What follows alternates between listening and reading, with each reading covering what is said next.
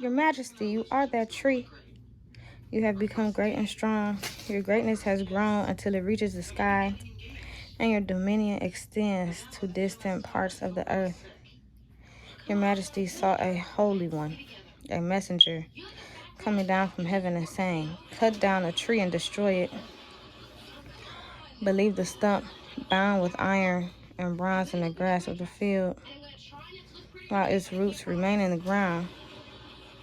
Let him be drenched with the dew of heaven. Let him live with the wild animals until 7 times pass by for him."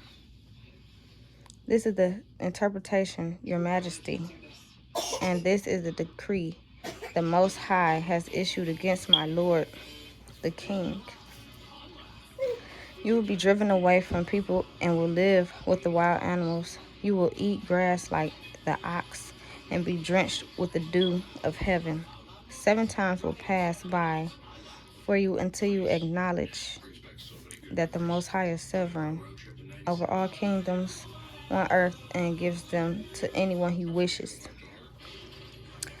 The command to leave the stump of the tree with its roots means that your kingdom will be restored to you when you acknowledge that heaven rules. Therefore, Your Majesty, be pleased to accept my advice. Renounce your sins by doing what is right, and your wickedness by being kind to the oppressed. It may be that then your prosperity will continue.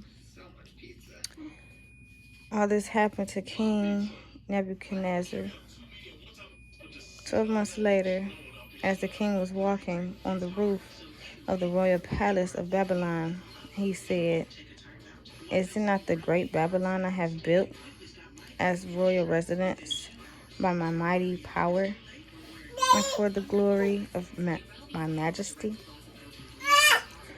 Even as the words were on his lips, a voice came from heaven. "This is what is decreed for you, King Nebuchadnezzar." I can't even say his name right. Nebuchadnezzar. Your royal authority has been taken from you. You will be driven away from people, and you will live in the wild. You will live with the wild animals. You will eat grass like the ox. 7 times will pass by for you until you acknowledge the Most High is sovereign over all kingdoms on earth and gives them to anyone he wishes. Immediately, what had been said about Nebuchadnezzar was fulfilled. He was driven away from people and ate grass like the ox. His body was drenched with dew of heaven until his hair grew like feathers of an eagle and his nails like the claws of a bird.